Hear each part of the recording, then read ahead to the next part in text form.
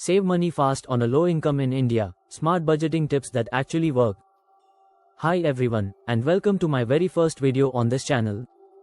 I'm really excited to start this journey with you, where we'll be talking all about personal finance, saving smart, and building a better financial future, especially from the Indian perspective. If you've ever felt like saving money is just not possible because your income is too low, you're not alone. Whether you are earning 10,000 rupees or 30,000 rupees a month, a student, working professional, or managing a household, every rupee counts. But here's the thing, saving money isn't only about earning more. It's about how you manage what you already earn. So in this very first video, we are going to talk about how to save money fast, even if your income feels like it's barely enough. No complicated theory, just real strategies, mindset shifts, and examples that actually work for us. Let's begin where it matters most, with your mindset. A lot of people say, I'll start saving when I get a better job, or, once I start earning 50,000 rupees a month, then I'll save. But here's the hard truth, if you can't save 100 rupees now, you won't be able to save 1000 rupees later either. Because saving is a habit, not just an income level. When you treat savings like a non-negotiable part of your monthly expenses, just like rent or your phone bill, you begin to build financial discipline. That 100 rupees or 200 rupees you put aside each week might seem small now, but it's the foundation of your financial future. Now let's get into the practical side. The first step is understanding where your money is going. Most of us underestimate how much we spend on small, frequent expenses, whether it's Swiggy orders, mobile recharges, or daily chai and snacks outside. Once you track your expenses, even for just 1 month, you'll see clear patterns. And that's where the opportunity lies. For example, if you're spending 100 rupees a day on snacks or outside tea, that's 3000 rupees a month. What if you brought it down to 50 rupees per day instead? That's a 1500 rupees saving right there. Let's say you manage to cut 50 rupees per day across 2 categories, food and transport, that's 3000 rupees saved per month. In a year, that's 36,000 rupees. From just small adjustments. Now yes, the downside is that you might feel like you're restricting yourself. Maybe you won't go out to eat as often, or you'll say no to some weekend outings. And that's the trade-off, short-term comfort versus long-term control. But over time, that control starts to feel really empowering. If you truly want to save consistently, start by automating your savings. Use an app or your bank standing instructions to transfer a fixed amount, say 500 rupees or 1000 rupees, into a separate savings account right when your salary hits. You can even use apps like Fi, Jupiter, or Paytm Payments Bank that round up your spends and save the difference automatically. Another great habit is using cash for daily expenses. Withdraw your budgeted amount at the start of the week, say 2000 rupees, and use only that for groceries, snacks, and transport. When the cash is gone, it's gone.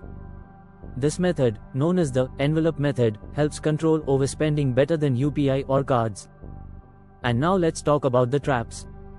One of the biggest mistakes is using credit cards or buy now pay later apps like LazyPay or Slice for daily purchases. It might feel convenient, but it pulls you into a cycle of interest and MS. These aren't savings, they're debt traps. Another mistake? Believing it's just 100 rupees, small unnecessary spends add up. Just this once becomes a habit. That's how 100 rupees becomes 10,000 rupees over time, money that could have gone into savings or investments. Now, let's be real, cutting costs has its limits. If your income is very low, you might not have much left to save even after trimming expenses. In that case, the only real solution is to increase your income.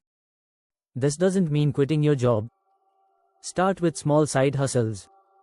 You could do freelance work online, like content writing, graphic design, or data entry on platforms like freelancer.in or Fiverr.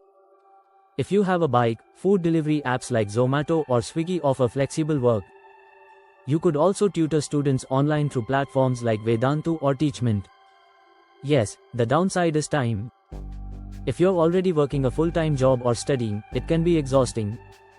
But even earning an extra 2000 rupees minus 5000 rupees per month can change your financial situation significantly. That money can be your emergency fund, help pay off debt, or start and save. One of the most frustrating parts of saving on a low income is that it feels slow. You put in so much effort and still don't see big results quickly. But here's the thing, progress adds up over time. That 1000 rupees you save this month might seem like nothing. But if that 1000 rupees prevents you from using your credit card later, you just saved yourself interest and stress. That small buffer helps you sleep better, think clearer, and make better decisions. So focus on the direction, not the speed. Every rupee saved is a step toward freedom. And as your income grows, your habits will already be strong, and your savings will grow faster. Conclusion: let's sum this up.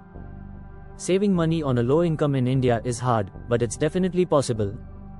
It starts with a mindset shift. Don't wait for the perfect time or a better job. Start with what you have. Track your spending, reduce the small leaks, automate your savings, and avoid credit traps. If possible, take up a side hustle, even if it's just a few hours a week. Yes, it will require sacrifice. Yes, it will be slow at times. But that's okay. Financial progress isn't about being rich overnight, it's about consistency. You don't need 50,000 rupees to start saving. You need 100 rupees and the discipline to make it a habit.